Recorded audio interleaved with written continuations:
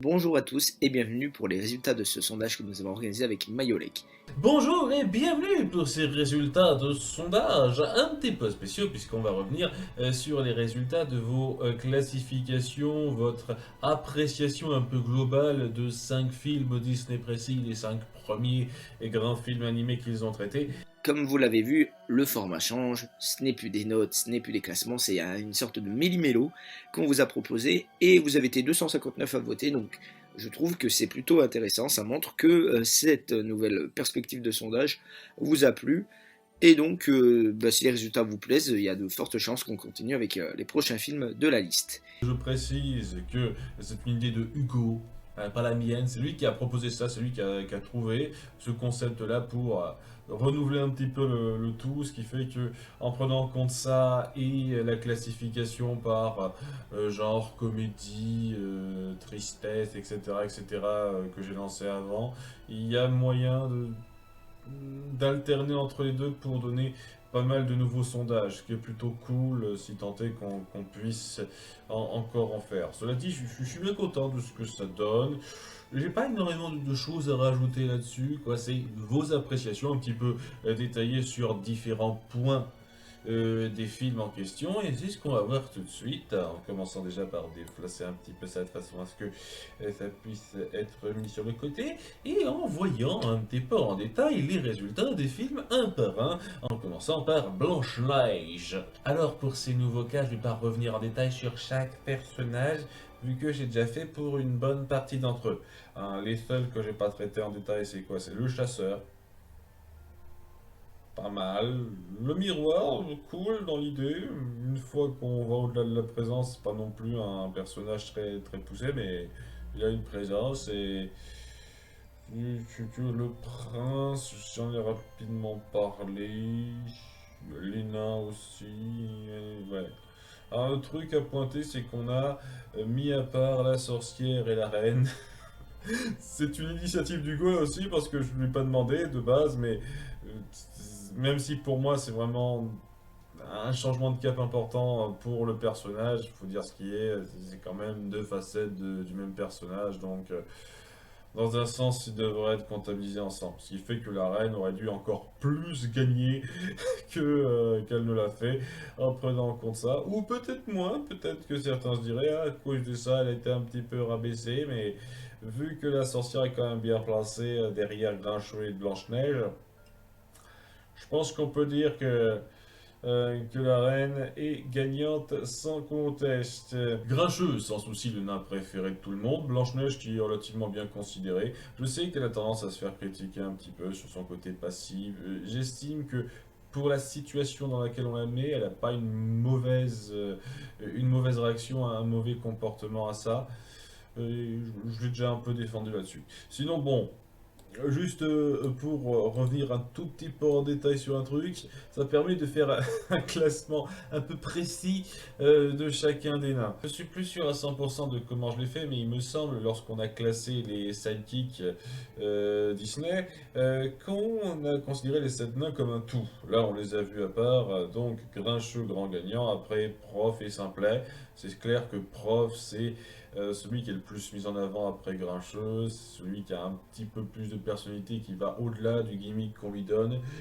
Et après coup, ben les autres, c'est des gimmicks. Simplet, il a un tout petit peu plus de personnalité qui le démarque des autres, mais c'est une personnalité gimmick quand même malgré tout. Quant aux autres, ben, typique, hein, timide et joyeux, ça passe encore. Hachoum dormeur, c'est...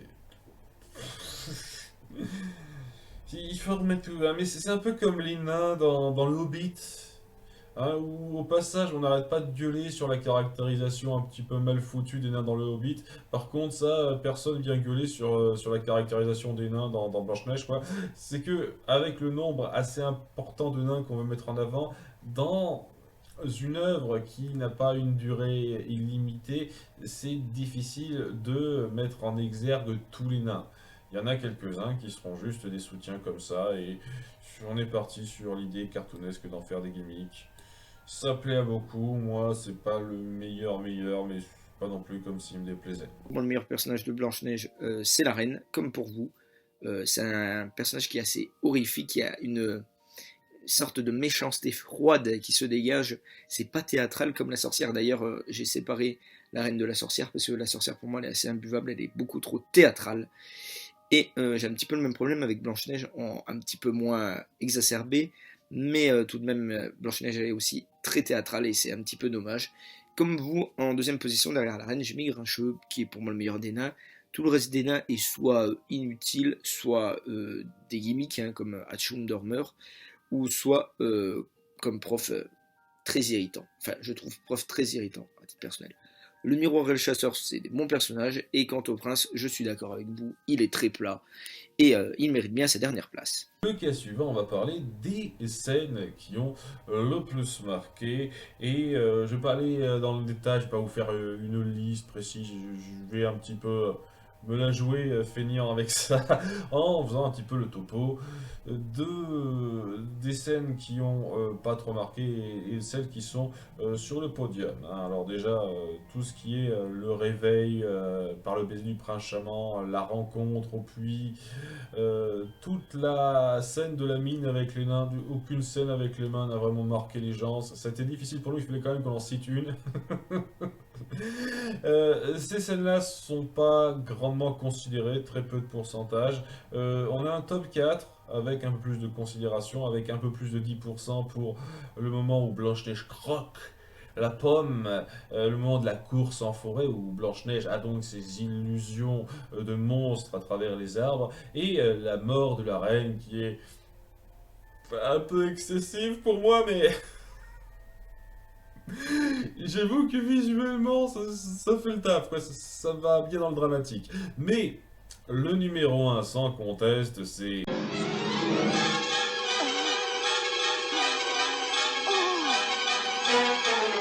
48,9% des voix quand même. Et il y a de ces cas où on se dit c'est évident et ça va gagner avec une marge énorme. Et des fois, t'es vraiment pas sûr, et je m'attendais vraiment pas à ce qu'il y ait une différence aussi grosse entre la première et les places suivantes.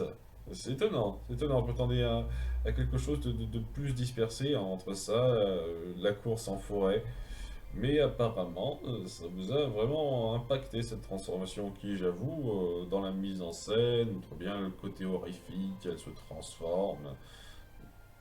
Je trouve que c'est un petit peu comme la scène de la mort de la reine, c'est-à-dire que si on en fait des caisses pour quelque chose qui en soi est important, mais important au point d'en faire autant de caisses, je sais pas, personnellement, j'ai du mal à entrer 100% dedans, mais je vais pas dire une seconde que la mise en scène est très bien foutue. Pour moi, la meilleure scène, c'est comme vous, encore une fois, c'est la transformation de la reine. Évidemment, c'est un sommet d'horreur, l'animation à ce moment-là est juste parfaite. J'ai adoré cette scène, et honnêtement, pour moi, je peux comprendre qu'elle effraie les jeunes enfants, parce qu'elle est quand même assez impressionnante, surtout pour l'époque. Bon, on en vient aux notes globales que vous avez données aux différentes caractéristiques principales d'un film. En tout cas, rapidement résumé pour nous, hein, j'imagine que vous pourriez citer d'autres caractères qui définissent un film en dehors de ces quatre-là, mais c'est ce qu'on a pris en compte: la musique, le scénario, l'animation et les personnages.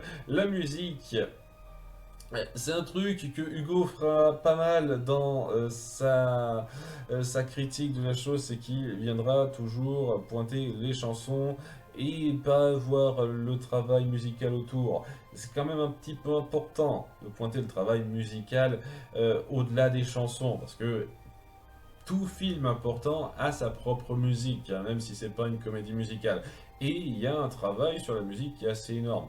En toute sincérité, je vais le dire clairement, musique et animation, c'est quelque chose de très très bien foutu dans la recherche, parce qu'on sent que pour son grand début, quoi, cette espèce d'opus qui marquera son envol dans les salles, qui définira même un genre du cinéma, c'est clair et net qu'il a mis les petits plats dans les grands et qu'il a fait des efforts dans la forme énormes. Et lorsque des gens disent qu'il faut juger quelque chose par rapport à sa valeur de l'époque, je trouve que même avec des yeux, un regard actuel, l'animation reste très belle. très belle. Vraiment, il y a beaucoup de films qui sont sortis plus tard, et même relativement récemment, qui ont fait de l'animation largement plus dire que ça. Ça tient encore grandement la route, hein. J'ai mis une bonne note moi aussi. J'estime que sur le plan technique, c'est bien fait en termes d'animation et de musique, hein, pas seulement pour les chansons, bien entendu, les chansons qui représentent un morceau important, incroyable, sur lequel je reviendrai un petit peu plus tard, dans pas très longtemps, mais aussi sur la musique d'accompagnement, notamment la fameuse scène de transformation de la reine en sorcière. Je reconnais qu'il y a une musique un peu horrifique derrière qui pose bien l'ambiance. Pour ne citer que ça. Bon, le scénario et les personnages étaient un petit peu moins généreux que vous. J'estime que ça va, mais ça casse pas des briques non plus. C'est très classique, conte de fées typique. Ce qui fait que l'intrigue, elle est un peu basique. Et les personnages, à part quelques exceptions, sont pas très mémorables. Mais oui, ça fait suffisamment le café pour donner envie de suivre, quoi. La musique, j'ai mis la note de 6 sur 10. Il y a des chansons qui sont globalement bonnes, il n'y a rien de transcendant non plus, mais pour un premier film, ça fait le travail. Pour le scénario, j'ai mis la note de 5. Le scénario est plutôt pas mal en soi, mais il y a beaucoup trop de longueur, beaucoup trop de remplissage. Le film pourrait durer 45 minutes au lieu d'1h30 et le scénario serait exactement le même. Et ça, pour moi, ça rentre en compte de la notation du scénario. Voilà pourquoi je le rabaisse quelque peu. Et c'est dommage parce que le scénario de base est vraiment plutôt bon. Enfin, moi, j'aime beaucoup. L'animation, j'ai mis la note de 7 sur 10 pour l'époque. C'est vraiment admirable. Les traits des visages sont pas mal, même si pour Blanche-Neige, je trouve qu'elle est un petit peu trop lisse. Mais pour un film qui date de 1937, c'est fort admirable. Enfin, pour les personnages, j'ai mis une note de 5 sur 10. Là encore, j'ai un souci, c'est que on a un très bon personnage, la reine, quelques bons personnages comme Grincheux, le miroir, le chasseur, puis après pour le reste, c'est beaucoup trop théâtral, ça va du vraiment moyen au très irritant. J'ai pas envie de mettre sous la moyenne parce que bon, c'est le premier film, je veux le prendre en compte cet aspect-là, mais tout de même, c'est vraiment à la limite, en dessous de la moyenne. On en vient au dernier morceau, le top des chansons, avec un petit mea culpa pour commencer. Puisque j'aurais dû le voir, et j'avoue que j'ai pas pensé à faire appel au relecteur pour dire ah, tiens, t'as oublié une scène ou une chanson ou un personnage. Et donc il y a eu deux cafouillis à ce niveau-là. Et le premier, ça a été la chanson Un sourire en chantant, qui n'a pas été comptée dans la liste alors que c'est comme assez important, quoi. C'est le moment où Blanche-Neige finit par se ressaisir de ce moment désespéré et de peur qu'elle a ressenti juste avant. Donc c'est une chanson très bonne et je pense que c'est ma deuxième chanson préférée. Ma première étant, ça va vous surprendre, Siffler en travaillant. Je le dis clairement, oui, un jour mon prince viendra doit être deuxième ou troisième, quoi. Ça se joue entre ça et un sourire en chantant. Mais siffler en travaillant, et pour moi une chanson déjà très rythmée qui met bien dans le pain, mais aussi qui appuie, je pense, la légèreté du personnage et le fait qu'elle essaye vraiment de trouver une joie dans ce qu'elle fait pour aider les autres. Siffler en travaillant, certes, quand on regarde ça d'un point de vue purement technique, intrinsèque, sans prendre trop en compte le contexte, c'est clair et net que c'est un message très... Oui, non, c'est pas en sifflant que le travail va devenir génial, mais de son point de vue, comment elle le présente, ça montre une certaine force d'âme du personnage qui me parle bien. Mais c'est surtout pour l'air très entraînant que ça me parle. Et oui, beaucoup de chansons très bonnes, et pourtant c'est Hey ho, on rentre du boulot, qui est votre préféré? Et je dis pas une seule seconde qu'elle est mauvaise, elle est entraînante, mais déjà, elle est assez simplette parce qu'il n'y a pas de grandes recherches dans le texte en dehors de ce refrain. Il y en a un tout petit peu, mais pas des masses. Et ouais, c'est un peu répétitif, quoi. Je sais pas, il y a plus recherché. Je trouve ça un peu dommage que ce soit celle-là qui soit considérée. Sinon, les autres, la tyrolienne, la chanson où les nains se lavent les mains, J'oublie toujours qu'elle existe, cette chanson, à part quand on me la rappelle, donc j'avoue qu'elles sont pas marquantes. Et un chant, c'est mignon comme accroche de la relation très conte de fées entre nos deux personnages. Malheureusement, hein, il réapparaît juste à la fin rapidement, ce qui fait que ça explique pourquoi c'est le dernier de la liste des personnages. Ça s'explique bien, ça s'explique bien. Ma préférée, c'est Un jour mon prince viendra, avec un chant. J'ai hésité, je sais plus qui c'est que j'ai mis en 1 et en 2, mais ces deux chansons d'amour sont les plus marquantes pour moi. Et oh, c'est plutôt pas mal. Siffler en travaillant, ça passe. La tyrolienne, bon, ben, c'est pas un passage qui m'a grandement marqué, mais c'est pas irritant, contrairement au lavage des mains, où là c'est une scène qui illustre pour moi le problème du film. Là, je crois que la scène dure 7 minutes, quand même, avec une chanson un peu débile, si vous me permettez le propos. Euh, et ça rallonge considérablement le film. Et du coup, pour moi, ça justifie cette dernière place dans les chansons. Bon, premier film terminé, on passe au suivant, et je pense que ça ira peut-être un petit peu plus vite maintenant qu'on a posé les bases et comment ça marche. D'autant plus que c'était un petit peu moins riche les films qui viendront après. Pinocchio. Pinocchio qui a un casting de personnages assez important là aussi. Et oui, deuxième hiatus, j'ai oublié Stromboli, qui est un méchant assez marquant dans sa présence, dans la menace qu'il fait vraiment paraître par sa stature. J'avoue qu'il aurait été sans doute bien placé pour moi, pas numéro un mais bien placé. N'empêche que oui, le personnage que vous préférez c'est Pinocchio, le héros, ce qui n'est pas forcément évident parce que c'est pas non plus celui qu'on cite comme portant le mieux son film, mais tout ça, ça fait plaisir. J'aime bien le personnage aussi. Jiminy Cricket, c'est un bon sidekick comique, dont le problème important c'est qu'il n'a pas de rôle vraiment grandement prépondérant dans le déroulé, en dépit du fait qu'il essaye. C'est une fois de plus un des petits soucis à pointer.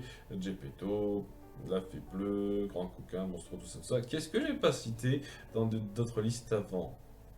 Il me semble que oui, j'ai mis les deux en Grand Coquin, je les ai mis ensemble, cette fois ils sont à part et vous voyez la différence. Grand Coquin, c'est clair et net qu'il est plus marquant que Gédéon, c'est le beau parleur. C'est celui qui a une présence. Gédéon, c'est un peu le sidekick qui est là pour, juste pour créer une dynamique de duo. Limite, vous l'auriez viré Gédéon, Grand Coquin aurait pu faire son délire tout seul.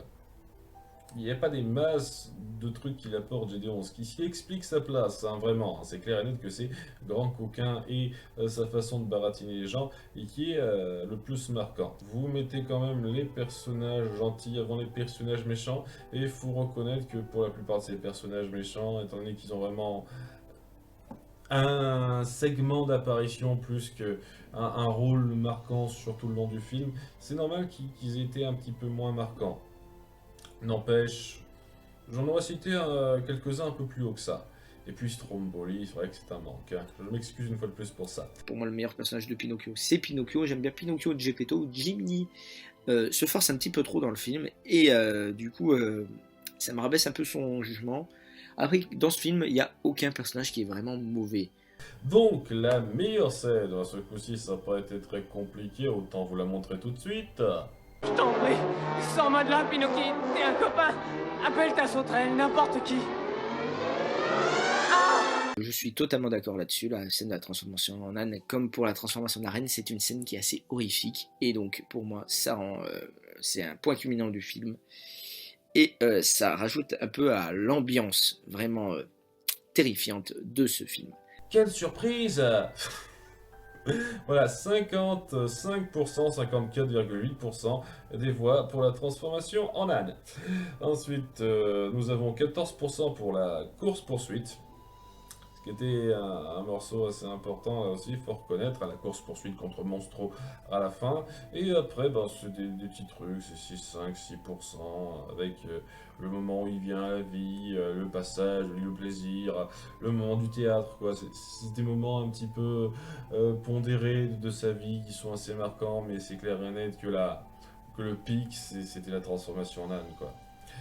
Et puis après, on a la transformation en petit garçon et l'intro sur l'atelier qui était qui était sympathique comme scène, qui posait très bien les bases, mais qui n'était pas aussi impactant que les moments forts plus tard dans le film, donc 4% pour eux, et puis après, bon, la scène du mensonge qui n'a pas marqué beaucoup. Cette scène, je la trouve vraiment anecdotique, malheureusement. Une fois de plus, je me suis déjà pensé là-dessus, et puis, ouais, l'enlèvement par Gideon le grand coquin, tout le monde s'en fichait un petit peu de ça. Pour les critères globaux, c'est un cran au-dessus de Blanche-Neige, à part pour la musique. Et c'est très normal, puisque moi aussi j'estime que la musique est un tout petit peu moins mémorable que dans Blanche-Neige. Reste encore de la bonne musique d'ambiance, une fois de plus, c'est des films qui jouent sur l'horreur, donc la musique qui accompagne bien l'horreur, l'ambiance angoissante est quand même bien fichue, mais à côté, il faut quand même prendre en compte la BO précise et les chansons qu'il y a là-dedans, et il y en a des bonnes, mais pas aussi marquantes, pas aussi fortes que celle de la petite sirène en moyenne. En dehors de ça, oui, le scénario est mieux fait. L'animation, bah, je trouve qu'ils se sont encore plus peaufinés. On sent que c'était un grand projet de passion pour Walt Disney, à tel point qu'il a un petit peu trop échauffé ses créateurs, ses dessinateurs, et qu'il a fait un peu trop trimer. Un peu comme les ânes dans l'île au plaisir, j'ai envie de dire. Donc oui, ça peut être discutable quand on s'y penche. Et quand même, il y a une maîtrise de l'animation qui est superbe. Je ne vois pas ce film rougir face à n'importe lequel des films Disney 2D les plus récents, même de la période d'âge d'or, hein. C'est super joli. Encore maintenant, hein, ça a grandement bien vieilli, ça. Le scénario, les personnages sont quand même beaucoup plus marquants, beaucoup plus puissants que dans Blanche-Neige. Ça s'est allé un petit peu plus loin. Et pour cause, ça adapte un roman beaucoup plus complexe. Je vous renvoie à la vidéo sortie il n'y a pas très longtemps par Campaner et Lucie Card là-dessus, qui sont toujours aussi sympathiques. Compte à rebours, je les adore ceux-là, hein. Quand ils sortent une vidéo, c'est toujours un phénomène pour moi. Donc, voilà, ça part d'une base plus complexe et donc ça a pu se donner une histoire quand même avec des enjeux plus forts, des rebondissements qui vous marquent plus. Et les personnages en sortent plus sympathiques, tout du moins les personnages centraux. Même les méchants, pour leur moment d'apparition, ils vous marquent. Ils vous marquent, hein. Ils sont effrayants, ils sont angoissants. C'est très bien fichu à ce niveau-là, quoi. C'est quand même une nette amélioration par rapport au premier film. L'animation pour moi c'est un 9 sur 10, c'est le film animé le mieux animé de Disney. Enfin en tout cas, eu égard aux capacités de l'époque, c'est franchement admirable ce qu'ils ont réussi à faire. C'est un sommet artistique pour moi. Et je sais que je suis pas le seul à penser cela, déjà parce que je vois la note et en plus parce que j'ai déjà lu des avis sur ce film qui disaient la même chose. Le scénario, je vais mettre la note de 7 sur 10. Il y a quelques ficelles scénaristiques qui sont un peu grosses, comme la lettre qui permet de dire à Pinocchio que Geppetto a été avalé par Monstro. Mais pour le reste, ça passe plutôt pas mal. Pour la musique, j'ai mis la note de 5 sur 10. Il y a Quand on prit la bonne étoile, qui est une belle chanson.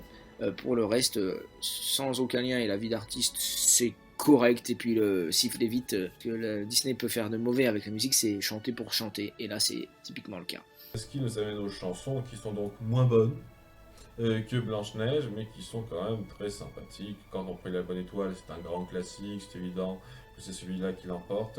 La vie d'artiste, je l'aurais pas placé deuxième. Je l'aurais pas vu deuxième non plus, hein, avec Sans aucun lien. Et même Pantin de bois qui était un petit peu plus marquant, la vie d'artiste, c'est pas celle que j'aurais vue devant. Mais bon, ça c'est pas joué à énormément de choses.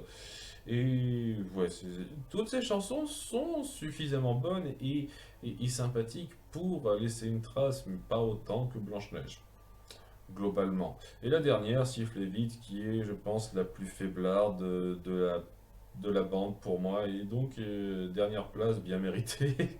Après, elle s'écoute, mais sans plus, sans plus. Fantasia, c'est un cas particulier celui-là parce que c'est pas une histoire simple qui est tendue tout le long du film, c'est vraiment des segments totalement détachés les uns des autres et qui veulent rendre hommage à la musique classique. Et donc, c'est une approche particulière, spéciale, qui fait que c'est difficile de juger ce film selon les mêmes critères que les autres. Et une fois qu'on s'y est penché, moi et Hugo, on a eu du mal à aller plus loin que ben, qu'est-ce que vous pensez de la musique, de l'animation? Le scénario, les personnages, bah, il y a 50 000 personnages par truc, quoi. Si tu fais le topo global, c'est affreux. Et puis, certains segments n'ont pas vraiment de scénario à proprement parler, c'est plus une approche conceptuelle. Qu'est-ce que tu veux dire de ça, quoi? C'est vraiment difficile. Et donc, on a dû se résigner à donner des critères moindres. Ce film, je l'ai aimé, mais sans trop l'adorer non plus, comme ça peut être le cas d'autres personnes. On commence tout de suite avec ce petit truc-là, la musique, l'animation. Vous jugez que la musique, c'est très beau et c'est normal. Ce sont des musiques classiques qui ont fait leur preuve. C'est tout. Peu de choses près, c'est la seule chose que ça donne. Mais voilà, c'est la grande musique classique jouée par un orchestre. Voilà, on met les formes, hein, c'est quand même pas rien. Je comprends que ça vous marque et quand t'as l'animation, ben. Ouais, ça a essayé de rendre le plus possible hommage à la chose, c'est pour ça que ça s'est donné un style quand même très marquant. Il a essayé d'aller plus loin pour une grande majorité d'entre eux. Je pense que la danse des heures, ça aurait pu passer très bien dans du cartoon un peu travaillé à la Disney de l'époque. Mais le reste est quand même de la recherche graphique très, très importante, très importante. Pour la musique, j'ai mis un note de 9 sur 10, évidemment, ça m'a donné envie d'écouter de la musique classique, et là, la mission est accomplie de la part de ce film apprécié un peu de la triche. Forcément, un film musical va être plus notable sur la musique que d'autres. Et pour l'animation, j'ai mis une note de 6 sur 10, on a un gap en moins par rapport aux deux précédents films, mais ça reste globalement plutôt correct. Qui nous amène donc au seul gros morceau notable à lister dans ce film pour nous qu'on a trouvé, c'est-à-dire les segments. Hein. Quels sont vos segments préférés du lot? Sans surprise, l'apprenti sorcier numéro 1, j'ai déjà donné mon avis là-dessus. Très surestimé pour moi, mais c'était évident. Et après, je vous cache pas que je suis un peu surpris. En numéro 2, Casse-Noisette. Votre second segment préféré, c'est celui où on voit des fleurs faire des chorégraphies. Et je comprends bien, recherche artistique, tout ça, mais il y a quand même plus de recherche de mise en scène et même d'intention de récit de la part d'autres d'autres segments qui sont moins notés. Dire le sacre du printemps, Nuit sur le Mont Chauve, Symphonie pastorale, c'est quand même un peu plus recherché que ça. C'est pour ça que je trouve ça un peu bizarre. Et puis bon, Toccata en ré mineur devant Nuit sur le Mont Chauve, c'est étonnant quand même. Hein, Toccata en ré mineur, c'est l'intro quoi. L'intro, c'est des notes de musique qui se forment dans l'air au rythme de la musique tout simplement. Et c'est bien. Ça, vous considérez supérieur à trois autres segments, dont Nuit sur le Mont Chauve, dont beaucoup de gens n'arrêtent pas de vanter les mérites. C'est bizarre. Je vous cache pas que ce résultat-là m'a fait très bizarre. Hein. Néanmoins, je suis content. La danse des heures est dernier. En première position des segments, j'ai mis l'apprenti sorcier parce que c'est effectivement c'est le plus typique, le plus représentatif de Fantasia, évidemment, le plus iconique, voilà. J'ai bien aimé également le Sacre du Printemps et La Nuit sur le Manchot. En revanche, je suis d'accord avec vous, la danse des heures, c'est vraiment un passage qui est très irritant. Dumbo, le film, comme je l'ai dit quelques fois, qui est plus une sorte de grand cartoon glorifié qu'un vrai long métrage qui mérite cette appellation pour moi, mais classique Disney, et on a fait pire avec Saludos Amigos. Votre personnage préféré c'est Timothée, sous Jiminy Cricket, mais le principe c'est que quels personnages sont marquants là-dedans? Aucun personnage n'est vraiment marquant. Alors qu'est-ce que j'ai pas compté? J'ai pas compté les trois mégères. J'ai pas compté Monsieur Loyal. Et j'ai pas compté Casey Junior avant. C'est la première fois qu'on parle de ces personnages. Je n'ai rien à en dire. Ce sont des stéréotypes pas très recherchés des mégères et Monsieur Loyal qui doivent appuyer donc la réaction des gens face à l'horreur de notre petit éléphanto. Ça le fait passer vaguement, j'imagine, on aurait pu faire ça mieux, mais bon. Et Kazé Junior, c'est la blague. Moi, quand Hugo a fait cette liste, c'est qui Kazé Junior? C'est le train. C'est vrai que le train est vivant, c'est exact. J'avais presque oublié, tiens. Et dans la liste, on le compte, hein. Les corbeaux qui sont relativement mal placés par rapport à ce que j'attendais, mais voilà, on a Dumbo et sa mère qui sont en avant, et puis c'est plus ou moins tout, hein. C'est vraiment le triple de tête qui prend le temps d'être montré sur une durée importante, le reste. Contrairement à vous, là, je suis pas d'accord, j'aime pas Timothée. Je le trouve très irritant, mais comme la plupart des personnages de Dumbo, qui est un film qui m'a vraiment pas plu, je vous invite à lire la critique qu'on a faite avec Kael. Je pense que Mayo mettra le lien dans la description de la vidéo pour retranscrire parfaitement mon avis, mais ce film ne m'a vraiment pas plu.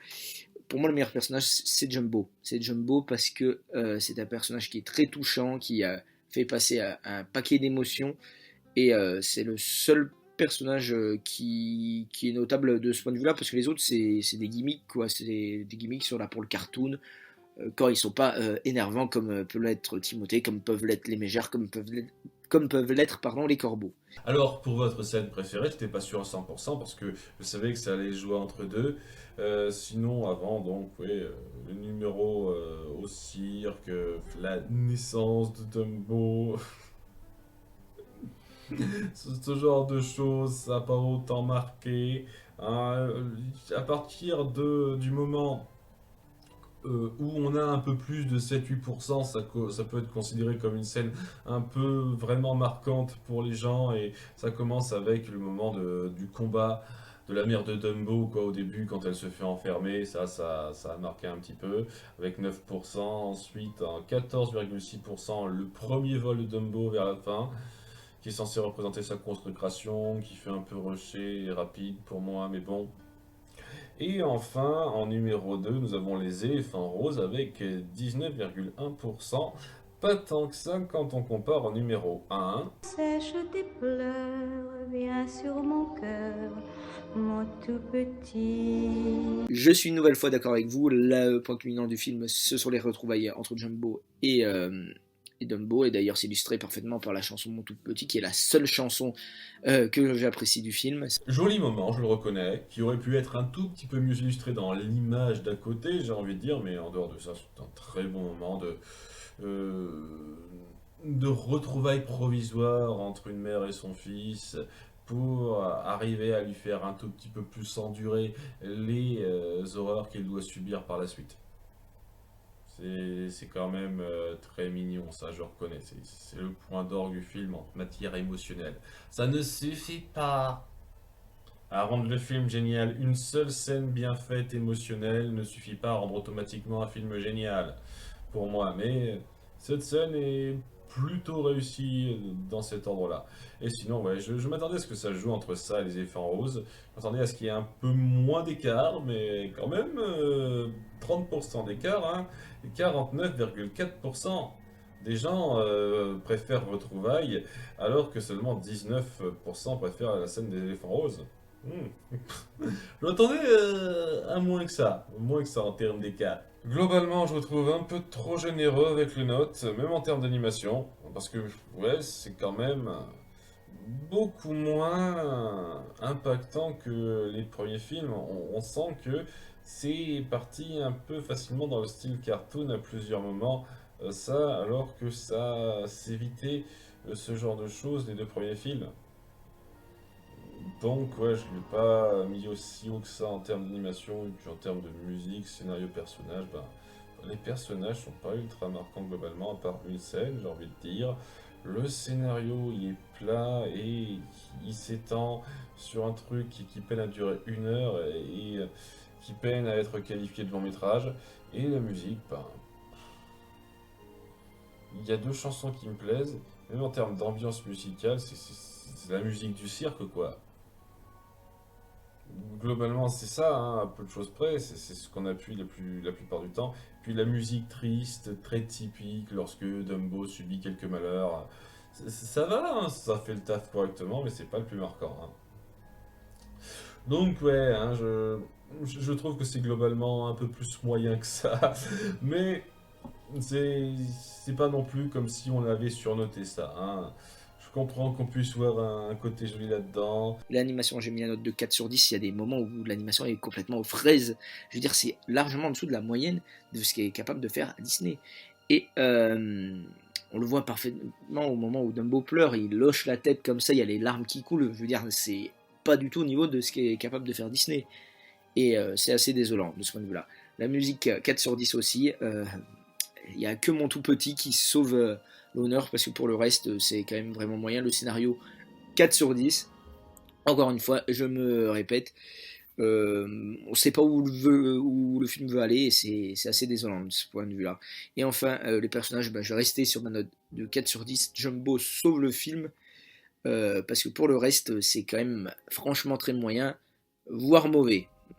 Très moyen, c'est genre Dumbo, et mauvais, c'est les corbeaux, les mégères, le train, tous ces personnages qui ne servent strictement à rien quand ils ne m'énervent pas. Et puis les chansons pour terminer, que je vais faire ça très vite parce que j'ai rien de spécial à dire. Oui, la chanson Mon tout petit, c'est celle qui marche le plus. Le train du bonheur, voici le messager. Je comprends pas pourquoi c'est au-dessus de Voir voler un éléphant, qui est pour moi la deuxième chanson iconique de ce film, mais apparemment pas tant que ça. Et puis tout le reste, oui, c'est des chansons d'accompagnement en fait. C'est ça qui est dingue, une bonne partie de ces chansons ont lieu au début. Voici le messager, la marche des éléphants, c'est le chapiteau, la livraison à Madame Jumbo et le train du bonheur. Tout ça, ça a lieu dans les 15-20 premières minutes, avec la naissance de Dumbo et son accoutumement rapide à la vie du cirque, quoi. Et bizarrement, on ne dit pas que les chansons sont mal foutues en termes de rythme dans Dumbo. C'est bizarre ça. Contrairement à la Reine des Neiges. Sinon, ouais, ma préférée c'est Voir voler un éléphant, mais je comprends aisément que mon tout petit soit en numéro 1. Et pour terminer, Bambi, avec ses 8 personnages centraux importants que vous avez notés comme suit. Alors les chasseurs, c'est très difficile à qualifier ça comme un personnage ou seulement une présence. Je sais que Link the Sun considère les chasseurs comme l'un des plus grands méchants Disney qui soit. Je sais pas, c'est plus une présence. Est-ce que je peux vraiment les qualifier de vrais personnages poussés, recherchés? C'est difficile. C'est difficile. Ils ont un impact très notable, c'est évident, dans leur présence non montrée. Est-ce que ce sont des personnages vraiment à part entière? C'est difficile à déterminer, quoi. Mais bon, en dehors de ça, c'est une liste compréhensible. Bambi en numéro 1, sa mère ensuite, Pampan, le père de Bambi, et puis les autres qui sont un peu derrière. Maître Hibou, vraiment dernier, qui est compréhensible parce qu'il n'est pas génial. Il n'a jamais été fameux celui-là. Je veux dire, il a quelques moments qui passent, mais c'est pas le plus sensationnel qui soit. Le meilleur personnage de Bambi, pour moi, c'est la mère de Bambi, c'est pas Bambi. Bambi, je trouve que c'est un petit peu mou, surtout au début. Enfin, c'est un enfant, c'est assez candide. On a déjà vu ça avec Dumbo, avec Pinocchio, et là avec Bambi, c'est pas franchement hyper inventif de ce point de vue-là. J'aime beaucoup donc la mère de Bambi, j'aime beaucoup le père de Bambi, même si son passage est vraiment très court. Mais pour moi, c'est même le deuxième meilleur personnage du film. Et au passage, moi aussi, mon personnage préféré, c'est la mère de Bambi. Pour ceux qui n'auraient pas suivi ça, dans le top 100 des personnages que j'avais fait. Il y a un petit moment maintenant, ça commence à dater, je me sens vieux. Bon, et vient ensuite, la scène préférée qui est évidente, je vous la montre tout de suite.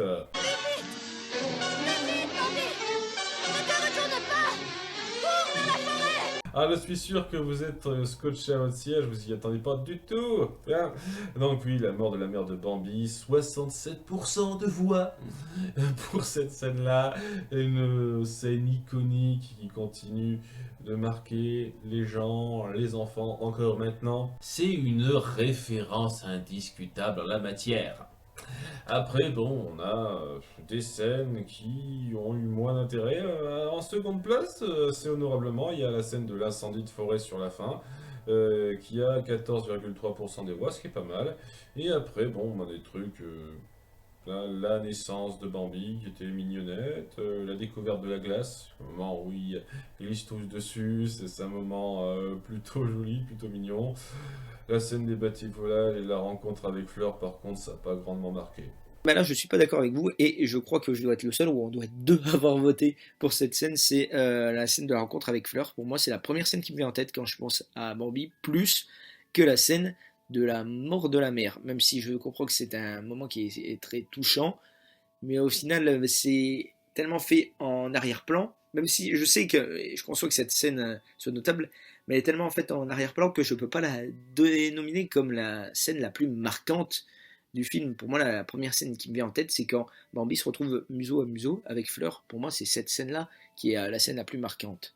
Alors, je vous rejoins sur ces notes globalement à peu près, même si j'étais peut-être un petit peu plus généreux sur les personnages, la musique, et un tout petit peu moins généreux sur le scénario. L'animation, c'est de la très bonne qualité, comme Disney en faisait encore à l'époque, ça va pas tarder à baisser après ça. Et voilà, le scénario, c'est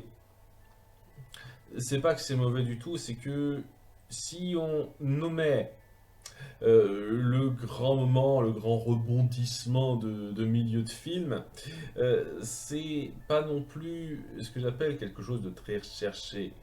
Ça fait très bien passer la chose, bien passer ce temps qu'apprend Bambi à grandir avant l'horreur qui lui tombe dessus, et ce moment où il découvre la vie adulte après coup, quoi, ça le fait bien, mais c'est pas non plus comme s'il y avait un grand fil rouge très fort, très poussé. Et pour moi, le scénario, c'est pas le plus impactant. Ce qui est le plus impactant, c'est l'ambiance, c'est les personnages et comment on découvre ce monde pour eux, comment ils y réagissent. Et je trouve que c'est très bien fichu à ce niveau-là. L'animation du film, eh bien, pour moi, c'est un gros plus. J'ai mis une note de 8 sur 10. Pour moi, dans la forme, c'est un des meilleurs films que Disney a pu faire, oui. Donc, j'ai mis cette note de 8 sur 10. Pour le scénario, j'ai mis une note de 4 sur 10. Voilà. Alors, le problème de Bambi, pour moi, c'est que c'est très bon dans la forme. Dans le fond, c'est un petit peu plus discutable. C'est très lent. Enfin, je trouve que ce film n'a aucun rythme. Je le dis dans ma critique sur le blog.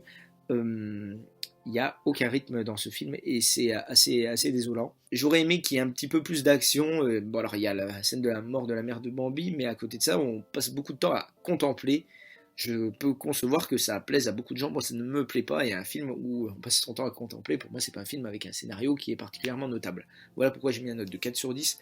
Les personnages, j'ai mis une note de 5 sur 10. Il n'y a aucun personnage qui est particulièrement inepte dans ce film, même si Maître Hibou, pardon, c'est quand même plutôt moyen.